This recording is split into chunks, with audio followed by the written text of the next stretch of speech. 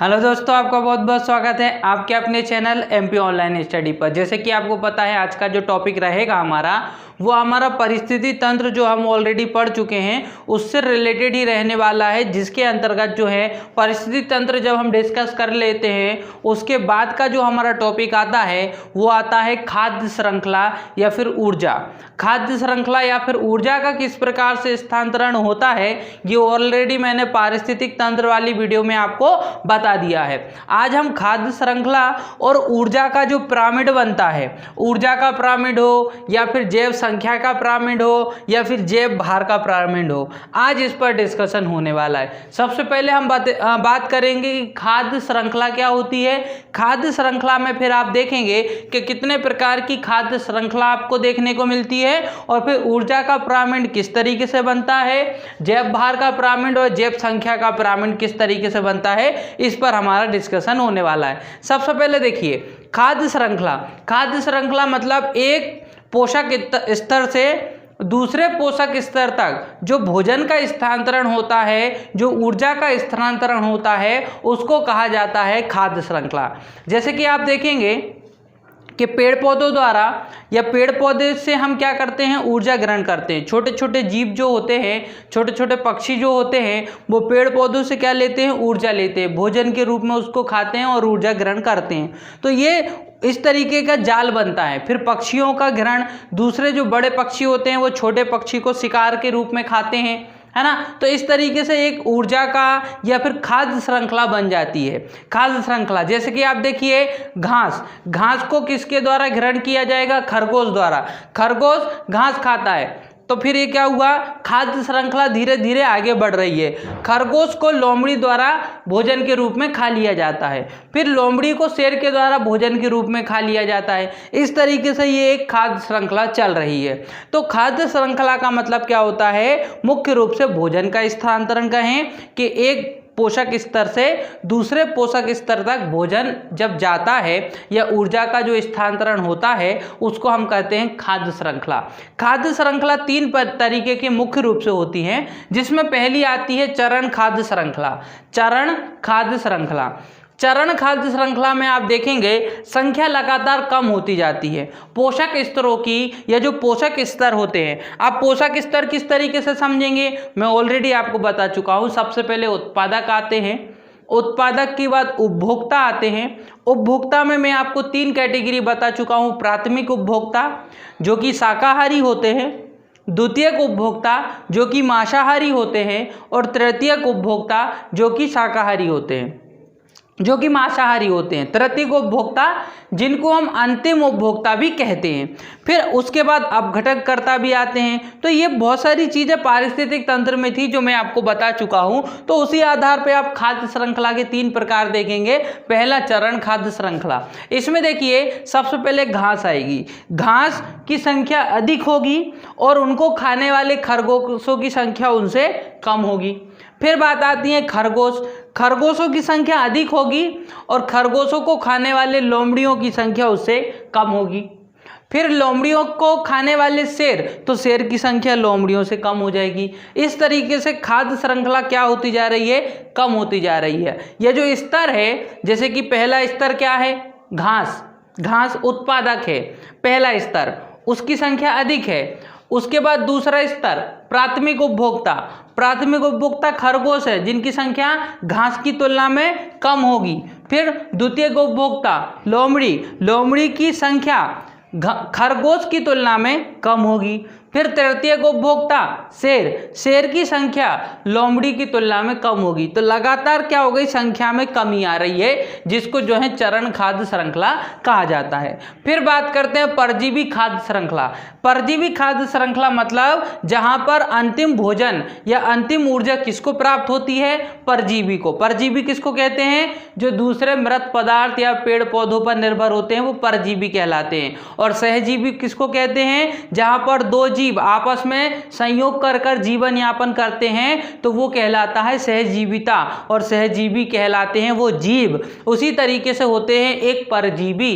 परजीवी उन जीवों को कहा जाता है जो दूसरे पेड़ पौधों पर या छोटे छोटे जीवों पर निर्भर होते हैं, उनको कहा, जो स्वयं का भोजन नहीं बना सकते, दूसरों पर निर्भर हैं, उनको कहा जाता है परजीवी। तो उसी तरीके से परजीवी खाद्य श्रृंखला आपको देखने को मिलेगी, जहां पर खाद्य श्रृंखला वृक्ष से शुरू होती है।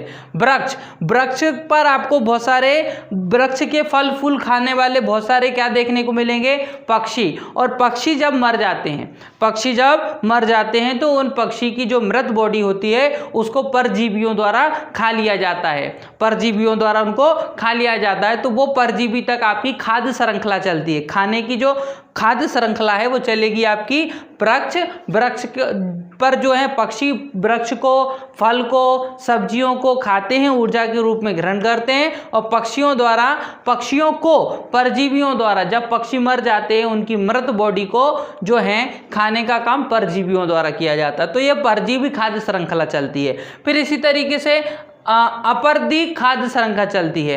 अपरदी खाद्य श्रृंखला में मृत पदार्थों से भोजन का प्रारंभ होता है।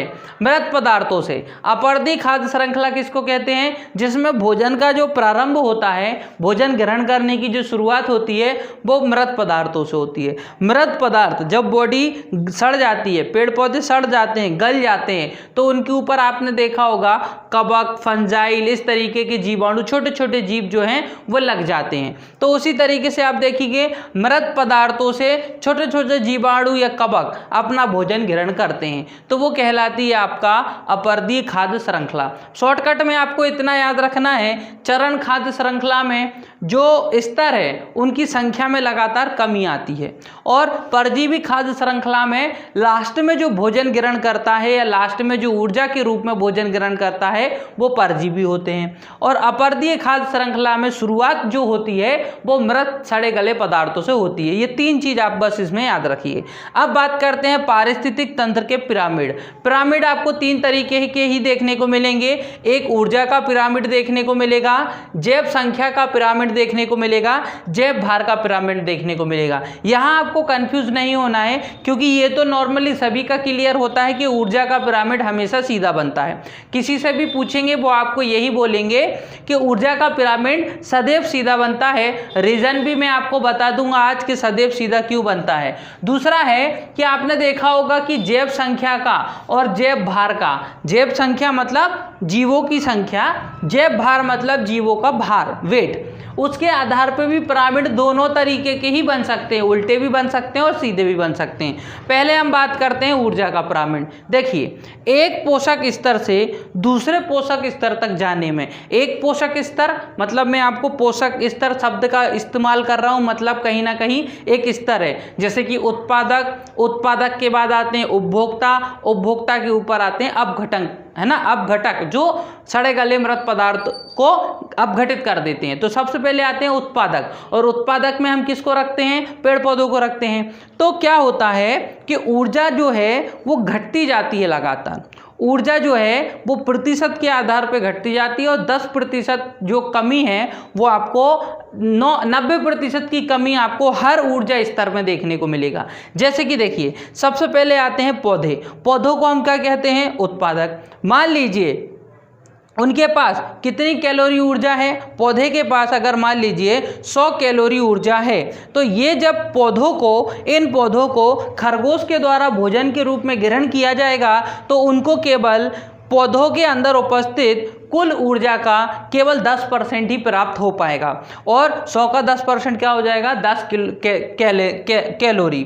ठीक है, तो खरगोश को केवल और केवल 10 कैलोरी ऊर्जा ही मिलेगी, मतलब ऊर्जा कम होगी। और जब ऊर्जा कम होती है तो अपन क्या करते हैं, पिरामिड को छोटा करते जाते हैं, और ऊर्जा में अगर बढ़ोतरी होती वृद्धि होती तो हम ऊर्जा के पिरामिड को बढ़ाते जाते, लेकिन यहाँ पर 100 कैलोरी से ऊर्जा कम हो जाती है और फिर 10 कैलोरी ही दूसरे पोषक स्तर तक पहुँचती है, मतलब प्राथमिक उपभोक्ता तक पहुँचती है। उसके बाद खरगोश को अगर भोजन के रूप में लोमड़ी ग्रहण कर लेता है, खा लेता है, तो फिर 10, तो इस खरगोश के अंदर जो 10 केल्विन या 10 कैलोरी ऊर्जा थी उसका केवल और केवल 10% मतलब 1 कैलोरी ऊर्जा ही जो है वो लोमड़ी को प्राप्त हो पाएगी। तो फिर यहाँ पर ऊर्जा में क्या आ गई, कमी आ गई, तो पिरामिड आपका क्या होता जाएगा, छोटा होता जाएगा। इस तरीके से दूसरा आप देखेंगे शेर, अगर लोमड़ी शेर को खाती है, अगर लोमड़ी को शेर के द्वारा भोजन के रूप में ग्रहण किया जाता है तो फिर 1 कैलोरी ऊर्जा का 0.1 कैलोरी ऊर्जा ही केवल शेर को प्राप्त हो पाएगी। और उसके बाद जब अगली ऊर्जा स्तर आएगी तो वो होंगे कवक, फंजाइल, जीवाणु, जो क्या करेंगे, जब शेर की बॉडी या शेर जब मृत हो जाएगा, मर जाएगा, उसकी बॉडी से जो छोटे छोटे जीव लग जाते हैं, कवक, जीवाणु, वो उनसे क्या करते हैं, बॉडी से भोजन के रूप में एनर्जी ले लेते हैं। तो उनको भी जो शेर की बॉडी से भोजन के रूप में एनर्जी मिलेगी वो भी शेर के अंदर उपस्थित कुल ऊर्जा का केवल और केवल 10% ही प्राप्त हो पाएगी। तो इस तरीके से ऊर्जा लगातार क्या होती जाती है, कम होती जाती है। एक पोषक स्तर से जब ऊर्जा दूसरे पोषक स्तर तक पहुंचती है तो 90% की कमी आ जाती है। इस तरीके से ऊर्जा का पिरामिड हमेशा क्या होता जाता है, छोटा होता चला जाता है। और पिरामिड देखने पर हमको सीधा दिखाई देता है, इसलिए हम कहते हैं कि ऊर्जा का पिरामिड सदैव कैसा बनता है, सीधा बनता है। क्योंकि अगर ऊर्जा की स्टार्टिंग आप यहाँ से कर रहे हैं कि मान लीजिए 100 कैलोरी ऊर्जा है, तो ऊर्जा हमेशा क्या होती जाएगी, कम होती जाएगी। जैसे जैसे आप पोषक स्तर बढ़ाते जाएंगे ऊर्जा में कमी आएगी। इसीलिए जो है ऊर्जा का पिरामिड सदैव कैसा बनता है, वो सीधा ही बनता है, चाहे आप स्थल परितंत्र में बनाएं या फिर आप जलीय परितंत्र में बनाएं। किसी भी परितंत्र में अगर आप ऊर्जा का बनाते हैं पिरामिड, तो ऊर्जा का पिरामिड किसी भी परिस्थिति तंत्र में या किसी भी परितंत्र में सीधा ही बनेगा। ये चीज आप क्लियर रखिए। अब बात करते हैं जैव संख्या का पिरामिड। जैव संख्या मतलब जीवों की संख्या में किस प्रकार से कमी आ रही है या किस प्रकार से बढ़ोतरी हो रही है, तो उस प्रकार से भी पिरामिड बनते हैं। सबसे पहले आप देखिए जैव संख्या का पिरामिड, जैसे कि आप एग्जांपल के लिए लीजिए घास का मैदान।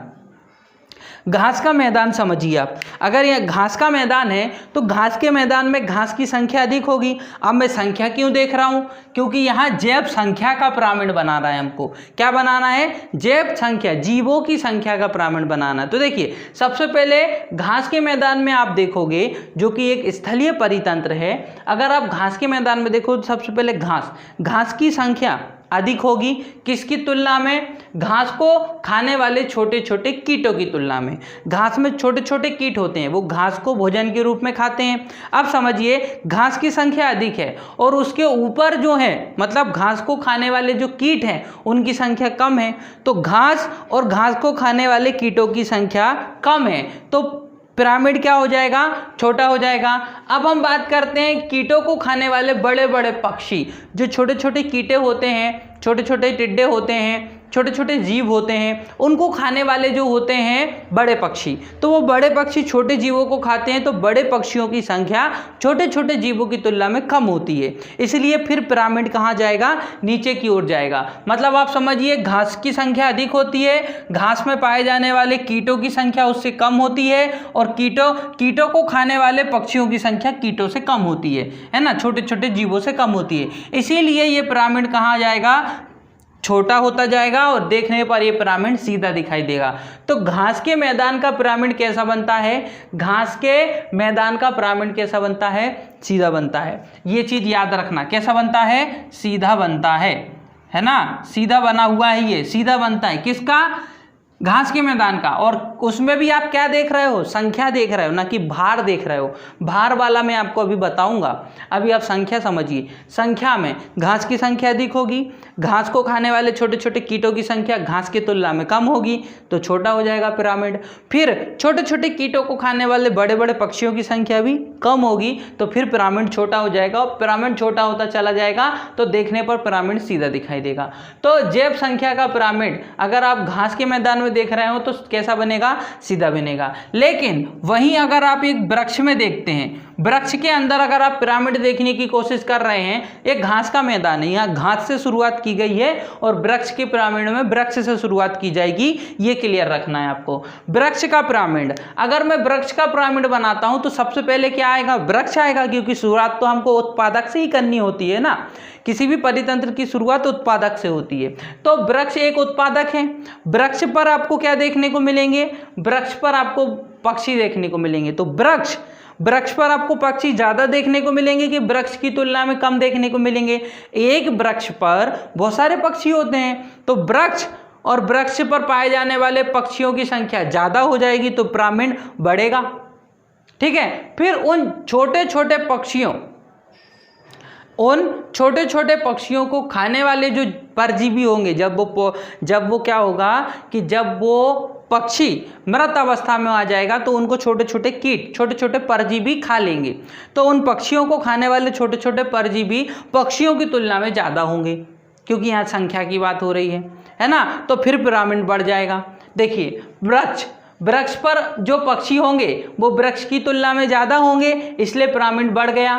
फिर इन छोटे छोटे पक्षियों को खाने वाले जो परजीवी होंगे वो भी संख्या में ज़्यादा होंगे। पक्षियों की संख्या में तो ज़्यादा होंगे ना छोटे छोटे परजीवी, तो इसीलिए पक्षियों की संख्या में परजीवी ज़्यादा होंगे तो पिरामिड फिर बढ़ जाएगा। इस तरीके से पिरामिड देखने पर उल्टा दिखाई देगा, ये उल्टा पिरामिड आपको दिखाई देगा, पिरामिड।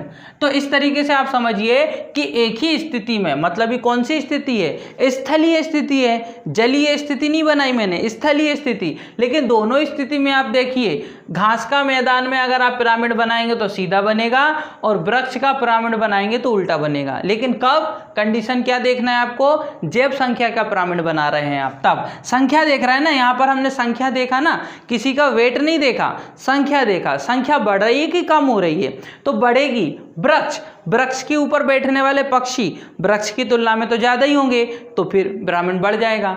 छोटे छोटे पक्षियों को खाने वाले छोटे छोटे जीव पक्षियों की तुलना में तो ज़्यादा होंगे, इसलिए फिर पिरामिड बढ़ जाएगा। तो इस तरीके से वृक्ष का पिरामिड उल्टा ही बनेगा। अब बात करते हैं जैव भार। भार मतलब वेट। यहाँ पर वेट की बात करना है, संख्या की बात नहीं करना है। देखिए, फिर से आप ले लीजिए कि एक वृक्ष का ही पिरामिड लीजिए। वृक्ष पर बैठे हुए छोटे छोटे पक्षी, तो आप समझिए कि वृक्ष का भार ज्यादा होगा कि पक्षी का भार ज्यादा होगा? वृक्ष पर कितने भी पक्षी क्यों ना बैठे हों, लेकिन वृक्ष का ही भार ज्यादा होगा पक्षियों की तुलना में। ठीक है, पक्षियों की तुलना में, क्योंकि यहाँ भार की बात हो रही, संख्या की बात हम कर चुके हैं। वृक्ष का भार ज्यादा होगा इसलिए पिरामिड बड़ा है। फिर वृक्ष पर बैठे छोटे छोटे पक्षियों का भार वृक्ष की तुलना में कम होगा, इसलिए पिरामिड छोटा हो जाएगा। फिर पक्षियों को खाने वाले छोटे छोटे परजीवियों का भार पक्षियों की तुलना में तो कम होगा ना। हाँ, क्योंकि छोटे परजीवी तो बहुत छोटे होते हैं और पक्षी तो उनका वेट होगा, है ना, भार होगा। तो इस तरीके से पक्षियों को खाने वाले छोटे छोटे परजीवी वो उनका भार पक्षियों की तुलना में कम होगा, इसलिए फिर पिरामिड क्या हो जाएगा? छोटा हो जाएगा। अगर वृक्ष का भार सबसे ज़्यादा होगा और उस पर बैठे पक्षियों का भार उससे कम होगा और पक्षियों को खाने वाले परजीवियों का भार उससे कम होगा, इसलिए ये पिरामिड कैसा दिखाई देगा? आपको सीधा दिखाई देगा। तो याद रखना, जैव भार का पिरामिड कैसा होता है? सीधा होता है। जैव भार का पिरामिड कैसा होता है? सीधा होता है। लेकिन कब? स्थलीय परितंत्र में, ना कि जलीय परितंत्र में, क्योंकि जलीय परितंत्र में तो कहानी कुछ और होगी। कैसे? ये मैंने स्थलीय परितंत्र बताया, कोई भी एक स्थलीय भाग ले सकते हैं। जलीय परितंत्र जिसमें आपको तालाब, समुद्र, नदी देखना पड़ेगा। जलीय परिस्थिति तंत्र में या परितंत्र में देखिए, सबसे पहले पादप आते हैं, क्योंकि वहां वृक्ष नहीं पाए जाएंगे। छोटे छोटे आप नदी तालाबों में अंदर जाएंगे तो छोटे छोटे पौधे लगे होते हैं, उनको हम पादप कहते हैं। ठीक है, बड़े विशाल वृक्ष तो पाए नहीं जाएंगे, छोटे छोटे पादप होते हैं, छोटे छोटे पौधे लगे होते हैं, उनको हम कहते हैं पादप। फिर उन छोटे छोटे पादपों को या छोटे छोटे पौधों को खाने वाले जो बड़े बड़े जंतु होंगे, जीव होंगे, उनका भार उन छोटे छोटे वृक्षों की तुलना में तो अधिक ही होगा।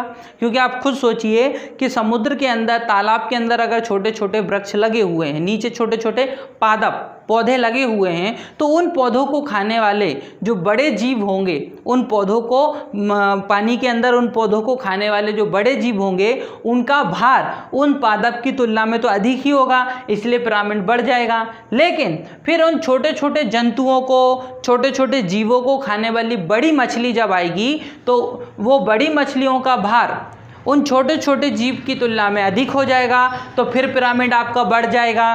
फिर उसी तरीके से छोटी छोटी मछलियों को खाने वाली बड़ी बड़ी मछली अगर आती हैं, भेल मछली, शार्क मछली, तो उनका भार उन छोटे छोटी मछलियों की तुलना में बढ़ जाएगा, तो पिरामिड भी अपना बढ़ जाएगा। तो इस तरीके से जैव भार का पिरामिड बनता है। देखिए, पादप मतलब पेड़ पौधों, जो मिट्टी के अंदर, पानी के अंदर जो छोटे छोटे पौधे होंगे उनका भार किससे कम होगा? उन मिट्टी के अंदर, पानी के अंदर पाए जाने वाले छोटे छोटे जीवों से तो कम ही होगा, इसलिए पिरामिड बढ़ जाएगा। ठीक है। फिर इन जंतुओं को, छोटे छोटे जीवों को खाने वाली छोटी मछली जिनका भार इन छोटे छोटे जीव की तुलना में तो अधिक होगा, इसलिए पिरामिड बढ़ जाएगा। फिर इन छोटी छोटी मछलियों को खाने वाली बड़ी बड़ी मछली, उनका भार इन छोटी मछलियों की तुलना में तो अधिक होगा, इसलिए फिर पिरामिड बढ़ जाएगा। तो इस तरीके से पिरामिड आपको देखने पर उल्टा दिखाई देगा, तो ये उल्टा पिरामिड बन जाएगा जैव भार का। कौन सा? जैव भार का उल्टा पिरामिड है ये। कैसा है? उल्टा। लेकिन कंडीशन यहाँ पर ये है, आपको जैव भार के दो पिरामिड देखने को मिल रहा है, एक सीधा पिरामिड भी देखने को मिल रहा है, एक उल्टा पिरामिड भी देखने को मिल रहा है। प्रश्न आपसे यही पूछा जाएगा दोनों ही परिस्थिति में। देखिए, स्थलीय परिस्थिति में पिरामिड सीधा बनता है, लेकिन जलीय परिस्थिति में पिरामिड उल्टा बनता है। किसका? जैव भार का। और इसका ही आप यहाँ देख लीजिए, जैव संख्या का पिरामिड घास के मैदान में सीधा बनेगा, जैव संख्या का पिरामिड घास के मैदान में सीधा बनेगा, और वृक्ष का अगर पिरामिड देखोगे तो वो उल्टा बनेगा, जैव संख्या का पिरामिड। और जैव ऊर्जा का पिरामिड हमेशा आपको सीधा ही समझना है, ऊर्जा लगातार कम होती है, क्योंकि किसी भी पोषण स्तर में जब ऊर्जा एक व्यक्ति से दूसरे व्यक्ति तक या फिर पेड़ पौधों से जंतुओं तक जाती है तो उनकी ऊर्जा में कमी आती है ना, या ऊर्जा स्थानांतरण होती है, तो ऊर्जा का केवल 10% भाग ही एक जीव से दूसरे जीव तक पहुंच पाता है। ऊर्जा लगातार कम होती है, इससे पिरामिड छोटा हो जाता है। ठीक है। तो इस तरीके से आपको पिरामिड याद रखना है। आपसे डायरेक्टली प्रश्न में पूछा जा सकता है कि किस तरीके के पिरामिड किस कंडीशन में बनते हैं। ठीक है। तो इसी के साथ दोस्तों आज की वीडियो हमारी यहीं समाप्त होती है। अगर आज की वीडियो आपको पसंद आई है तो वीडियो को लाइक करें, हमारे चैनल को सब्सक्राइब करें। अगर आपने चैनल ऑलरेडी सब्सक्राइब किया हुआ है तो बेल आइकन दबाएं, ताकि आने वाली सारी वीडियो का नोटिफिकेशन आपको प्राप्त हो सके। ओके दोस्तों, thank you, thanks for watching.